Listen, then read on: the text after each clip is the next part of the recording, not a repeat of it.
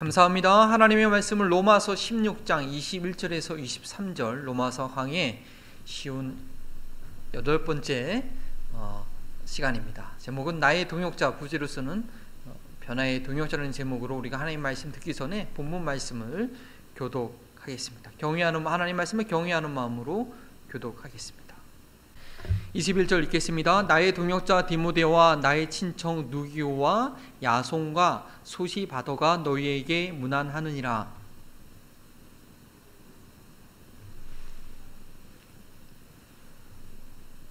나와 온 교회를 돌아봐 주는 가이오도 너희에게 문안하고 이 성의 재무관 에라스도와 형제 구아도도 너희에게 문안하느니라. 아멘은 살아계신 하나님의 말씀입니다. 이른 기업이라는 말을 들어보셨나요? 최근에 생긴 사업의 형태인데요, 시공간적으로 제한받지 않고 자유롭게 돈을 벌고자 한 그런 새로운 사업 트렌드라고 하지만 한계가 있습니다. 영향력을 끼치는 사업은 절대 될 수 없고요, 잘하면 그저 개인적인 생계 정도 유지할 정도뿐이라고 합니다. 혹 사업에 욕심을 부리게 되면요, 한도 끝도 없이 혼자 감당하다가 개인의 삶도 건강도 모두 망가지는 결과를 낳게 된다고 합니다. 아무리 소규모 사업이라도 혼자서 하는 경우는 거의 없습니다. 우리 한인분들이 하는 그런 비즈니스도 생각해 보십시오. 도넛 가게를 하시는 분들 최소한 2명이 필요합니다. 한 분은 만들고 한 분은 이제 팔아야죠. 세탁소도 빨래 하시는 분들이 따로 계셔야 되고 빨래를 접수하는 분이 계십니다. 물론 픽업 스테이션만 하시는 분들도 계시지만 아마 경제적인 수익은 수월치 않을 것입니다. 무엇이든지 혼자 하면 속 편하기는 하겠는데 이 효율성과 효과는 떨어질 수밖에 없는 것입니다. 때로는 혼자 사는 게 이제 자유롭게 느껴지시는 분도 계시겠지만 이 남녀가 같이 사니까 그래도 자녀도 생기고 이 다음 세대가 이루어지는 것이 아니겠습니까? 이 교회 사역은 어떨까요?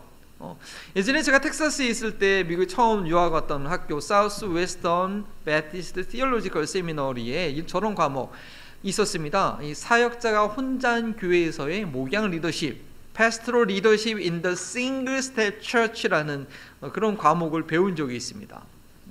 한국 교회도 마찬가지겠지만 미국 교회도 자세히 들여다보면 교회에 페이드 미니스터가 혼자인 교회가 대부분인 것입니다.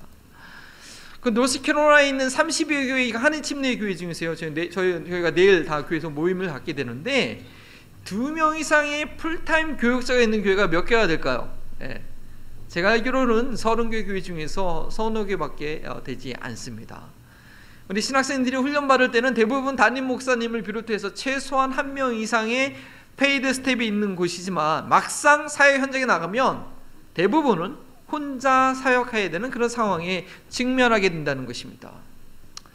그러면 제가 그 수업 시간에 상황이, 이게 목회 현장 상황이 그러니까 목사가 혼자 장구치고 복치고 어떻게 하면 만능 엔터테인먼트처럼 사역할 것인가 라는 것을 가르쳤을까요? 네버, 전혀 그렇지 않죠. 도리어 어떻게 성도들과 협력하여서 주님의 몸을 세울 것인가에 대한 고민과 이 성경적 해결책을 찾아가는 과정이었습니다. 어쩌면 이 페이드 스태프가 많은 곳보다 적은 곳이 교회 안에 있는 지체들의 역량을 키워서 교회로서의 역할을 감당하게 할 가능성이 더 많다는 것을 제가 알게 되었습니다. 목회자들이 해야 될 일들은 우리 성도들을 온전케 해서 그들이 은혜 받고 그들이 봉사할 수 있도록 해야 되는데, 종종 이 목회자들이 본인이 사역의 전문가라고 생각해서 본인이 다 결정하고 그냥 본인이 직접 해버리는 게 훨씬 쉬우니까 사람들을 양육하고 세우기보다는 그냥 이거 내가 하고 말지라는 그런 실수를 참 범하기가 쉽습니다. 우리 교회에서 풀타임 사역자가 1명밖에 없다고 해서 교회가 결코 1인 기업처럼 운영돼서는 안 됩니다.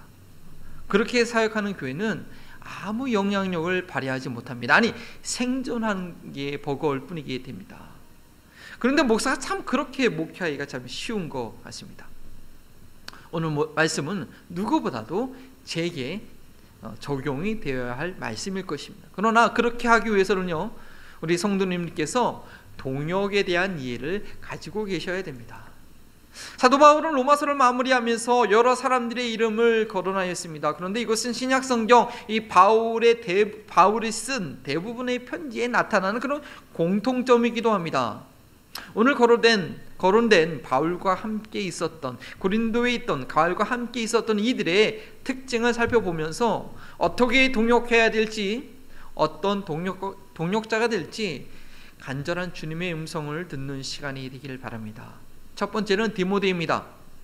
디모데는 사도 바울이 2차 선교 사역 중에 아시아 루스드라 지역에서 만난 청년인데요, 주변의 모든 이들에게 친척맞는 그런 일꾼이었습니다. 외할머니와 우리 어머니로부터 내려오는 그 거짓없는 믿음의 뿌리를 갖고 있었죠. 디모데는 바울의 다른 동역자에 비하면 아주 어린 나이였지만 바울이 가장 신뢰할 만한 그런 일꾼이었습니다. 2차 선교 사역 때부터 함께 동역한 디모데는 이 바울의 마지막 순간까지 바울의 곁에서 바울을 도왔습니다. 바울이 로마에서 감금된 이후에 풀려났을 때도 디모데는 같이 동행하여 사역했던 것으로 이렇게 저희가 예상이 되고요. 그 이후에 우리 디모데 전서의 말씀 보면 그 이후에 마게도냐로 갈 때야 디모데를 그 아시아 지역의 중심 교회인 에베소 교회에서 별도로 따로 단임 목회 사역을 하도록 합니다. 그리고 그 전에는 잠시라도 디모데를 떨어뜨리지 않으려고 했지요. 2차 전도여행 사역 가운데 보면 이런 사건이 있었습니다. 데살로니가 지역에서 이제 소동이 일어났죠. 복음을 증거할 때 소동이 일어나는데 바울을 그래서 먼저 그 동역자들이 먼저 급하게 배로 아덴으로 이렇게 피신하게 합니다.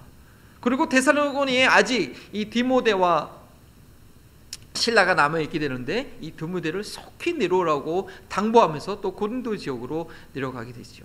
그리고 나중에 이 고린도 지역에서 바울과 디모데가 서로 만나게 되었을 때 바울은 힘을 얻어서 하나님의 말씀에 사로잡혀 놀랍게 사역을 감당하게 됩니다. 사도행전 18장 5절 말씀입니다. 실라와 디모데가 마게도냐로부터 내려오매 바울이 하나님의 말씀에 붙잡혀 유대인들에게 예수는 그리스도라 밝히 증언하니. 디모데는 바울로 하여금 하나님의 말씀에 사로잡히게 한 그런 동역자입니다.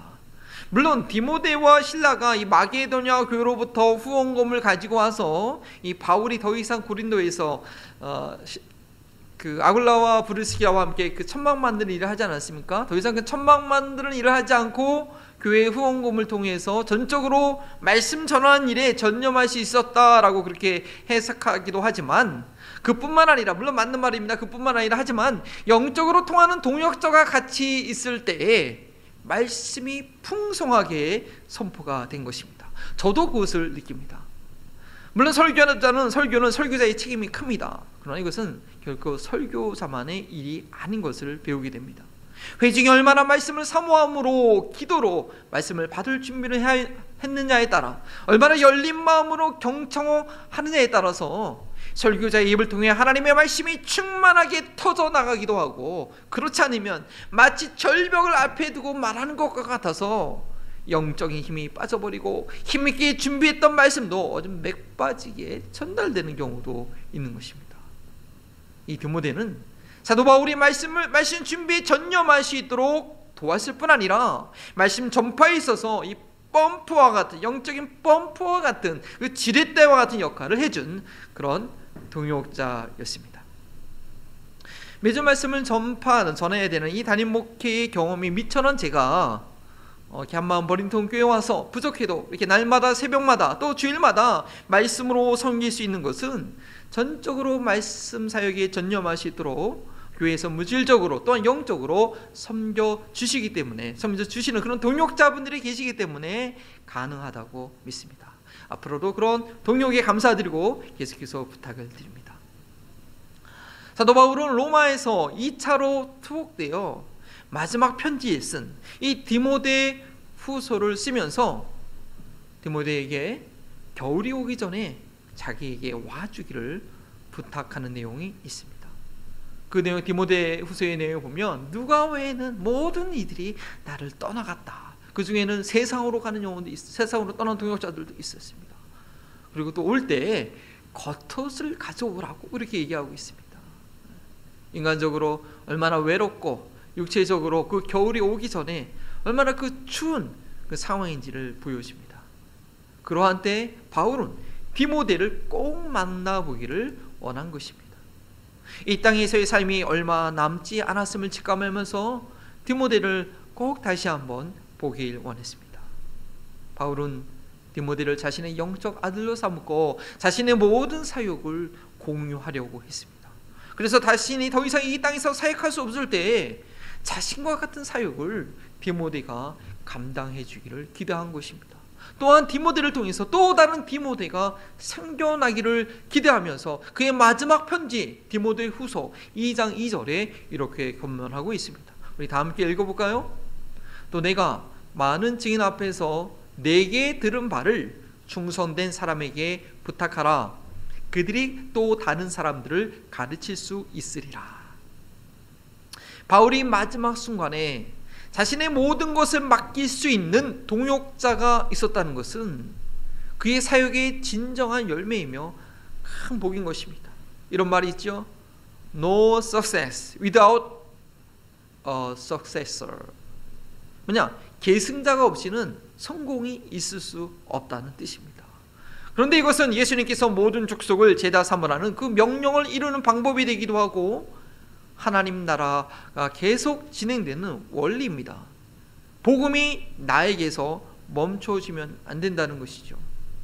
내가 먼저 예수님의 제자가 될 뿐 아니라 다른 영혼을 제자 삼아야 됩니다. 그리고 그 영혼이 또 다른 영혼을 제자 삼도록 그렇게 성장할 수 있도록 끝까지 헌신해 줄 수 있어야 됩니다. 우리 저희 교회의 표처럼 예수님 닮고 내가 먼저 예수님 닮고 또 다른 사람들도 예수님을 닮도록 영향을 끼칠 수 있어야 되는 것이죠. 이것이 바울의 생애였고 그 확실한 열매도 디모데가 있게 된 것입니다. 교회가 무엇 하는 것일까요? 요즘 준방을 통해서 계속 대화를 나누고 있는데 교회는 예수님의 몸이고 예수님께서 머리로 계시기 때문에 예수님의 명령을 수행하는 곳이 되어야죠. 간단히 말하면 제자 만드는 곳이 되어야 합니다. 저희 교회에서의 모든 활동들, 예배와 기도와 성경 공부와 또 선교하는 것, 이웃 섬기는 봉사활동들, 그 모든 것은 무엇을 위해서 하는 것이냐? 바로 제자가 되기 위함이고 또한 다른 사람들을 제자 삼기 위함입니다. 매년 수많은 예산을 투자한 결과 나타나야 될 그 열매는 우리가 기대해야 될 것은 예수님의 제자들이 한 명씩 두 명씩 세워지는 것을 보는 것입니다. 사도 바울은 성경을 많은 신학 성경을 기록하였고 또 교회를 개척하였고 놀라운 선교 사역을 이루었지만 하지만 그가 지금도 천국에서 가장 뿌듯하게 여길 열매는 그의 전 삶을 통해 자신과 같은 동역자 디모데 한 명을 세웠다라고 저는 믿습니다. 우리의 모두의 삶 가운데 이 디모데 같은 동역자의 열매가 있으시기를 기도합니다. 두 번째는 나의 동족들. 바울이 두 번째로 소개하고 있는 인물은 누기오, 야손, 소시바더입니다. 이들에 대한 기록은 많지 않지만 사도행전에 나와 있는 기록들을 꼼꼼히 살펴보면 이들은 목숨을 걸고 바울을 지켰던 자들임을 알 수 있습니다. 이 세 사람에 대해서 바울은 자신의 친척이라고 소개하고 있지만 이것은 저희가 생각하는 개념의 친척이 아니라 당시 같은 민족 유대 그리스도인들을 말하는 것이라고 대부분의 성경학자들은 설명하고 있습니다. 따라서 누기오는 그 이방 의사 누가 의사가 아니고 또 안디옥 교회의 그 구레네 사람 누기오도 아닌 듯합니다. 어떤 인물인지는 정확하지 모르지만 분명한 것은 바울은 이 동족으로부터 유대인으로부터 많은 핍박을 받았지만 또한 많은 유대 그리스도인들의 도움을 받았고 그들을 동역자로 둔 것은 분명합니다. 오늘 이 말씀에도 3명의 유대 그리스도인 동역자를 소개하고 있는 것을 보면요, 유대 그리스도인 두 번째 야손은요, 바울이 데살로니가 지역에서 복음을 전할 때 유대인들의 핍박을 피할 수 있도록 도와준 인물입니다. 바울이 데살로니가에서 회당에서 복음을 전파할 때 큰 무리가 바울을 따르게 되었고 이것을 시기한 유대인들이 소동을 일으켜서 바울이 머물고 있던 야손의 집에 들어가서 바울을 끌어내려고 합니다.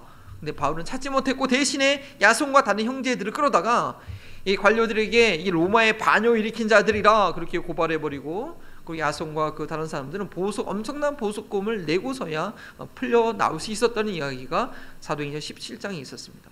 그 상황 가운데 야손이 목숨을 걸고 어떻게 해서든지 바울을 그 핍박하는 유대인들로부터 숨겨줬던 것이죠. 또한 그 다음에 이 소시바더라는 인물은요, 사도행전 20장 4절에도 나오는 사람입니다. 거기에는 소바다라고 되어 있는데 바로 소시바더에 축약된 이름이죠. 바울이 고린도에서 3개월간 있으면서, 바로 거기 있으면 3차 선교 사역 때 고린도에 3개월 있으면서 이 로마 교회에 편지를 쓰게 됩니다. 그리고 그 이후에 다시 예루살렘으로 돌아가기 위해서 배 타고 가지 않고 이 아시아 지역으로 이렇게 돌아가게 되는데, 그때 같이 동행했던 인물입니다. 그래서 20장 40절에 보면 아시아까지 함께 가는 자는 베레아 사람 브로의 아들 소바더와 데살로니가 사람 아리스타고와 세군도와 더베 사람 가이오와 및 디모데와 아시아 사람 두기고와 드로비모라. 베레아 사람이라고 했는데요, 사도 바울이 베레아에서 복음을 전할 때도 데살로니가서처럼 아주 어려움이 많았습니다. 이때 이 소시바더 같은 형제들의 도움이 있었던 것이죠. 사도행전 17장 13절 말씀이죠. 데살로니가에 있는 유대인들은 바울이 하나님의 말씀을 베레아에서도 전한 줄 알고 거기서도 가서 무리를 움직여 소동하게 하였거늘 형제들이 곧 바울을 보내어 바다까지 가게 하되 실라와 디모데는 아직 거기 머물더라. 아까 말씀드린 상황이죠. 특별히 이 베레아 출신인 소시바더가 바다 건너서 멀리 예루살렘까지 가는 일정에 동행한 것은 예루살렘에서 유대인들의 유혹 가운데 있는 바울에게 큰 힘이 되었을 것입니다. 사도행전 20장 이후의 내용을 보면 이들이 아시아까지 같이 갔을 뿐 아니라 예루살렘까지 함께 했음을 알 수 있습니다. 그런데 지금 아까 사도행전 20장 4절에 보면 거기에 나와 있는 대부분 이방 그리스도인이었습니다.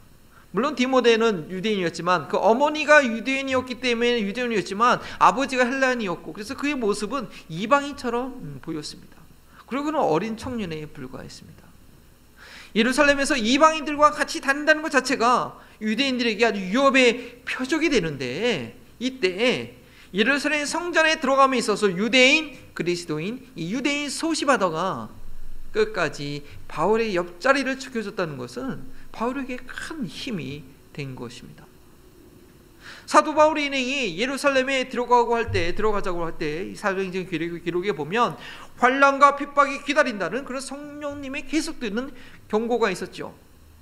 이 바울은 뭐라고 대답합니까? 복음을 전하는 일에 있어서는 나의 목숨도 전혀 아까워지 않는다고 그렇게 말합니다. 즉 목숨의 위험이 있는 그런 쉽지 않은 일정이었습니다. 그러나 소시바더는 그 일행 중에 유일한 유대인이라는 그런 사명감을 가지고 끝까지 이 바울과 함께 한 것입니다. 하나님 나라의 사역에는 반드시 어려움이 동반됩니다. 그리스도인들에게 이 고난이 필수인 것처럼 말입니다.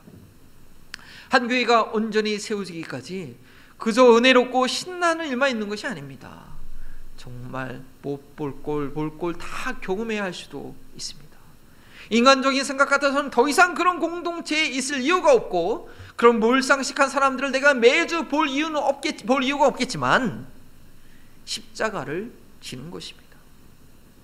교회를 위한 이 사도 바울의 고백을 들어보십시오. 골로새서 1장 24절이죠. 나는 이제 너희를 위하여 받는 괴로움을 기뻐하고 그리스도의 남은 고난을 그의 몸된 교회를 위하여 내 육체에 채우노라. 그리스도의 남은 고난이 무엇이겠습니까? 아직은 너무나도 미숙한 그리스도인들로 인해서 이 교회가 겪는, 교회 안에 있는 많은 어려움들이 아니겠습니까? 바울은 그런 연약한 교회를 생각할 때마다 날마다 내 속에 눌리는 일이 있다고 고린도후서 11장 28절에 얘기하고 있습니다.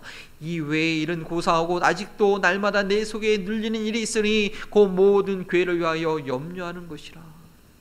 그러나 그 모든 괴로움을 주님의 몸된 교회를 위해 자신의 육체에 채운다고 말하는 것입니다. 그야말로 십자가를 지는 것입니다.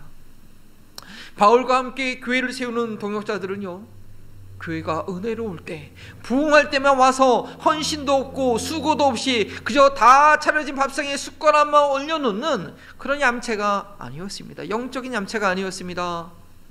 교회에 봉사할 사람이 없어 모든 것을 짊어져야 한다 해도, 교회의 뻔한 재정 상태 가운데 내 생활이 부담이 될 정도로 재정적인 것을 책임져야 한다 해도 한 영혼을 구원할 수 있는 주님의 몸된 교회가 세워져야 하기 때문에 떠나지 않고 헌신하는 것입니다. 교회 안에 아무리 전쟁과 같은 싸움이 일어난다 해도 지난주 말씀처럼 평강의 하나님께서 사탄을 곧 발 아래 상하게 하실 것을 믿고 나를 희생 제물로 드리듯 아무 말 없이 묵묵히 자기의 자리를 지키는 것입니다. 교회가 아무리 교회 같지 않고 대책 없이 세속화되어 간다 할지라도 오 주여 나의 죄로 인한 것입니다 고백하면서 교회의 부흥을 위해 기도의 제물이 되는 것입니다. 그렇게 수고하시는 동역자분들이 계셨기에 오늘날까지 우리 한마음을 든 교회가 세워지고 있는 줄 압니다. 그동안 여러분들이 흘린 눈물과 헌신으로 인해 천하보다 소중한 한 영혼이 구원받을 수 있도록 이 알라먼스 카운티 가운데 유일한 한인교회로 저희 교회가 세워져 가고 있습니다. 부흥 이후에 이 교회를 섬기는 것이 아니라 앞으로 부흥할 수 있도록 섬길 기회를 주신 하나님께 감사하는 이 동역자가 되기를 바랍니다. 세 번째는 더디오입니다. 바울은 대부분의 편지를 직접 쓰지 않았습니다. 바울이 말하면 대필자가 옆에서 받아 적었습니다. 그리고 맨 마지막에 이 편지의 출처가 본인이 맞다라는 것을 증명하기 위해서 한두 자 정도 안부 인사를 직접 썼을 뿐입니다. 그런데 오늘 본문에 등장한 대필자의 이름과 안부 인사는 아주 독특한 것입니다. 유일하게 로마서에서만 이 편지를 누가 쓰고 있는지를 이름을 밝히고 있고요. 그뿐만 아니라 그가 직접 로마 교회 성도들에게 안부를 하도록 했습니다. 22절 말씀이죠. 이 편지를 기록하는 나 더디오도 주 안에서 너희에게 문안하노라.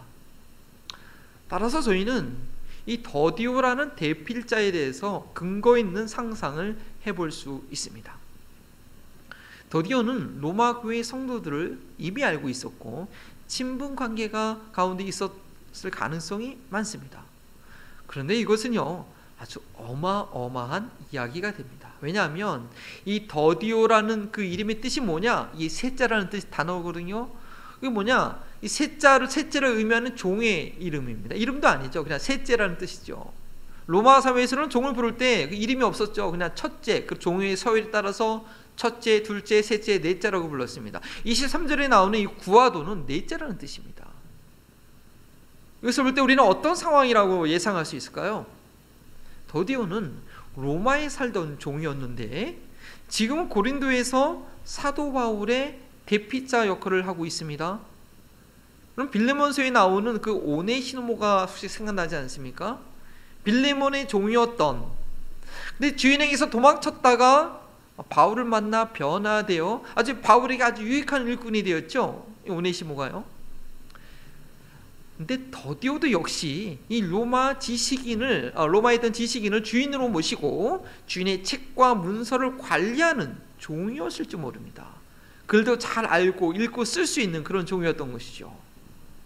그런데 그래서 이 노예 문서를 조작하고 멀리 이 고린도 지역까지 도망쳤다가 바울을 만나 변화되어서 바울의 대피자 역할을 하고 있는 것은 아닐까요? 만약 그렇다면 그는 자신의 주인이 혹 읽게 될지 모르는 이 로마에 편지를 보내면서 자신의 존재를 밝히고 있는 것입니다.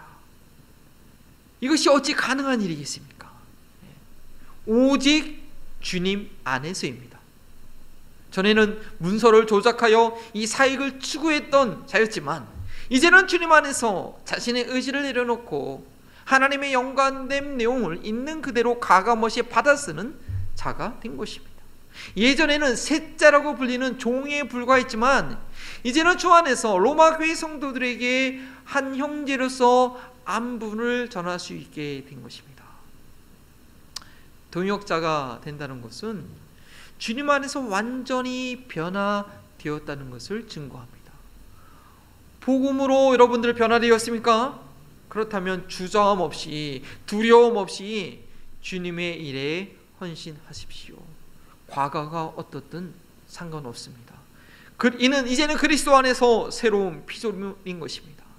나의 과거를 아는 그 누가 이 지역사회에 있던 그 어느 교회에 있던 창피할 것 없습니다. 꺼리낄 것 없습니다. 도리어 복음의 능력을 드러내는 그런 기회가 되는 것이죠. 요즘 한국에서요, 학폭, 학교 폭력의 과거로 인해서 연예인들이 중도 하차하고 유능한 운동선수가 쫓겨나고 아주 SNS가 시끌시끌하지 않습니까? 그러나 교회는 다릅니다. 하나님의 동역자가 되었을 때는 다릅니다.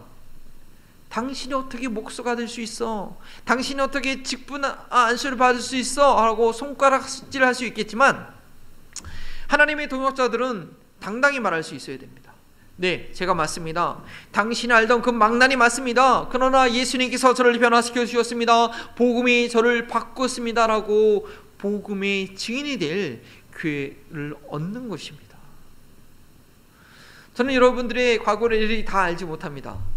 그 화려한 과거를 제가 다 알아야지 동역자가 될 수 있는 것도 아니고요. 또 그 추한 과거를 다 덮어둔다고 해서 동역자가 되지 못하는 것도 아닙니다. 중요한 것은 현재 주님 안에 있느냐가 중요한 것입니다. 주 안에 있으므로 과거에 화려했던 그 경력들은요, 다 배설물처럼 여겨지기도 하고, 주 안에 있으므로 추악한 과거가 도리어 은혜의 통로가 되기도 합니다. 과거의 어떤 모습이었더라도 오직 주님 안에서 당당한 하나님의 동역자로 세워드리기를 원합니다.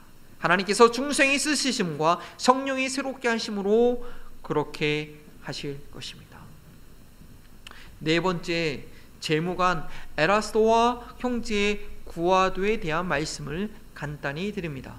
그 전에 너와 온 교회를 돌봐주는 가이오라는 동역자가 나오는데 이 인물은 두 주 전에 소개한 베바와 같이 헌신한 사람으로 이해하시면 됩니다.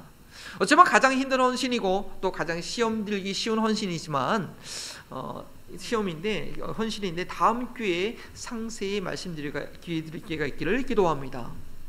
바울이 변화의 동역자들을 마지막으로 소개하면서 재무관 에라스도와 형제 구아도를 같이 말한 것을 아주 인상 깊게 마음 새겼으면 합니다. 말씀드렸듯이 구아도는 종의 호칭입니다. 네 번째 종이라는 것이죠. 그런데 에라스도는 누구입니까?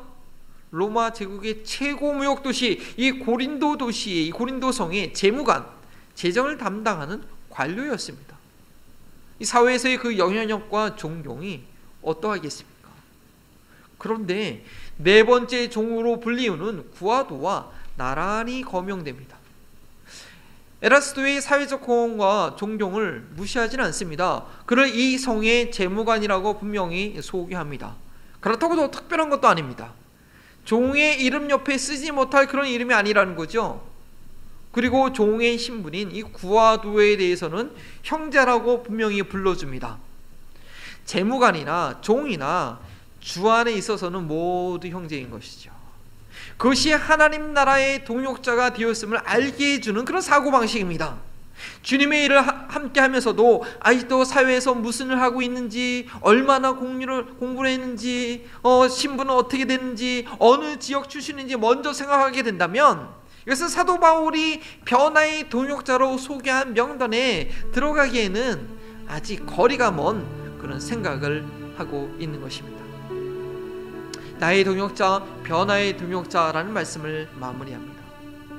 예수님의 몸된 교회는 예수님의 제자를 양성하는 곳입니다. 교회의 모든 지체들이 함께 협력하여 사역할 때 나타나는 궁극적인 열매입니다.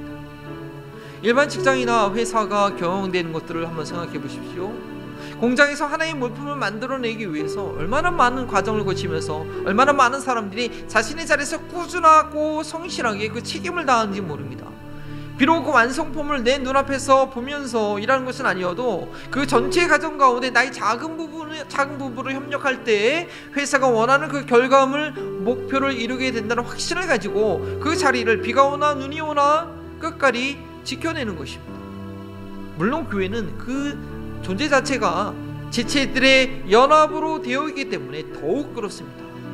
예수 그리스도의 제자를 양성하기 위해서는 자신의 역할을 감당해 줄 여러 동역자들이 필요합니다. 복음, 변화의 능력이 된다고 지금까지 제가 58주 동안 외쳤지만 그 변화의 열매는 바울이 편지 곳곳에 소개하고 있듯이 함께 헌신하는 동역자들이 있을 때 가능한 것입니다. 바울은 그 진리를 사역 내내 뼈저리게 경험했고 의지했기 때문에 이렇게 로마서 편지를 마무리하면서 그 변화의 동역자들을 결코 잊지 않고 소개하고 있는 것입니다. 오늘날 나는 하나님께서 나를 한마음 버린통 교회 지체로 보내주셨는데 이 교회에서 어떤 동역자로 세워질 것인가? 제가 아내랑 종종 지난 세월 동안 같이 사역하면서 함께 웃고 울었던 그 수고했던 많은 집사님들 또 사역자들에 대해서 이야기할 때가 있습니다. 그때마다 마음이 훈훈해지고 하나님의 은혜가 차오르는 것을 느낍니다. 너무나도 소중한 분들이신데 우리가 어떻게 그렇게 복된 분들을 만날 수 있었을까? 이런 은혜를 얻었을까? 얘기를 나누는 거죠. 내가 한마음 버린 통교에서 사역하면서도 그런 은혜가 채워지리라고 믿습니다. 바울의 마지막 순간까지 모든 것을 함께하며 전수받았던 디모데, 바울과 끝까지 어려움을 같이 했던 동조 소시바도, 주 안에서 동역자가 되었음을 부끄러움 없이 밝힌 버디오, 성의 재무관과 종이 한 형제로 섬기는 동역자로 세워진 것을 오늘날까지 우리의 귀로 들으면서 우리도 복음으로 인해서 하나님의 영광스러운 동역자로 세워지기를 간절히 소원하는 저희들이 되길 바랍니다. 그런 믿음의 소원을 가지고 우리 보네표 목사님이 그 감옥에서 죽기 전에 나에게는 소망이 있는 것, 우리 동역자들이 함께 나를 위해서 기도하고 우리가 이 주님의 선한 뜻으로 함께 해왔던 것을 후회함없이 고백한 이 찬양을 주님의 나라를 사모하면서 함께 찬양 드립니다.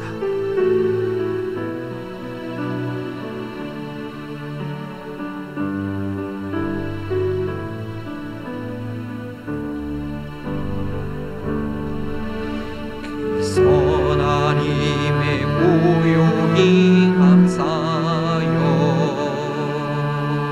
그 놀라운 평화를 누리며 나 그대들과 함께 걸어가네 나 그대들과 하늘을 여네 다시 한번 그 선한 힘의 고요히 감사여 그 놀라운 평화를 누리며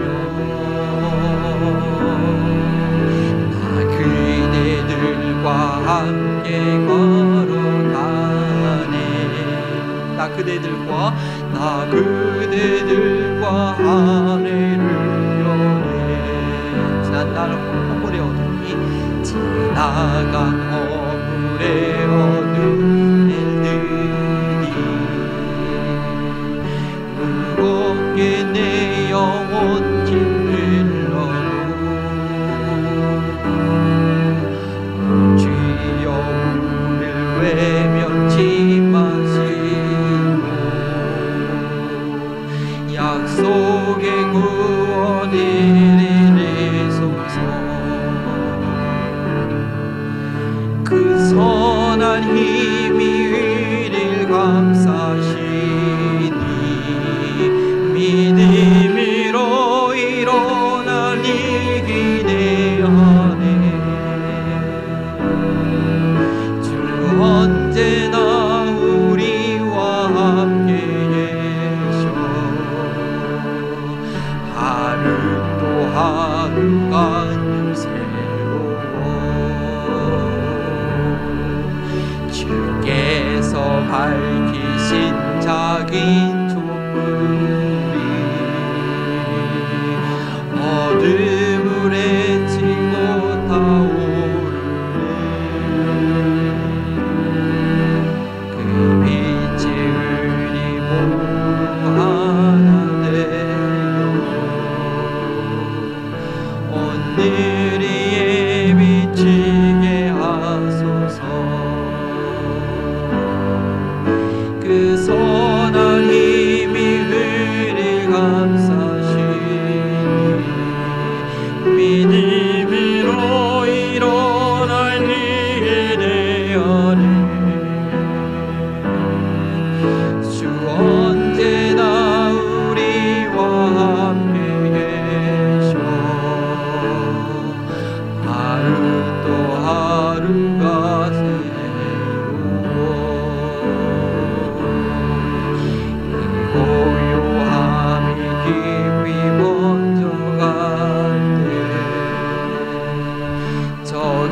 가슴 벅찬 노래 들리네. 다시 하나 내게 이끄소서. 당신의 빛이 빛나리니와 그 선한 힘이 되리 감사시니 믿음으로 일어날 일이 되어내. 주 언제나 우리와 함께 계셔. 하루 또 하루가 늘 새로워. 우리 함께 기도할 때 하나님께서 우리를 너무나도 소중하게 복음 안에서 가장 존귀한 자로 부르셨습니다. 이 세상이 지금 한 해 동안 온 세상이 코로나 바이러스로 인해서 팬데믹 가운데 이 세계가 어떻게 될지 모르는 가운데 있지만, 그러나 여전히 하나님께서 쓰시는 교회들은 복음을 증거하고 영혼을 구원하며 이웃을 섬기는 놀라운 일을 행하는 것을 많은 여러 지역에서 듣게 됩니다. 이 세상이 어두워질수록, 주님의 오실 그날이 가까울수록 저희가 그리스도의 몸을, 교회를 이루어서 하나님의 그 복음의 빛을 발할 수 있는 것입니다. 이 일은 교회 자체가 결코 혼자 할 수 있는 일이 아닙니다.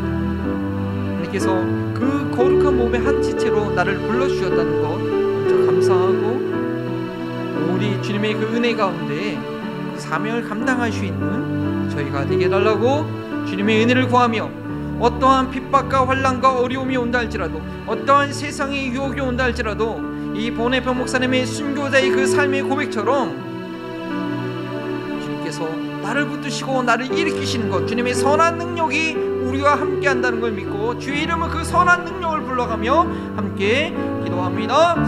주여 하나님 감사합니다. 주님께서 불러주시고 인도하여 주시니 감사합니다.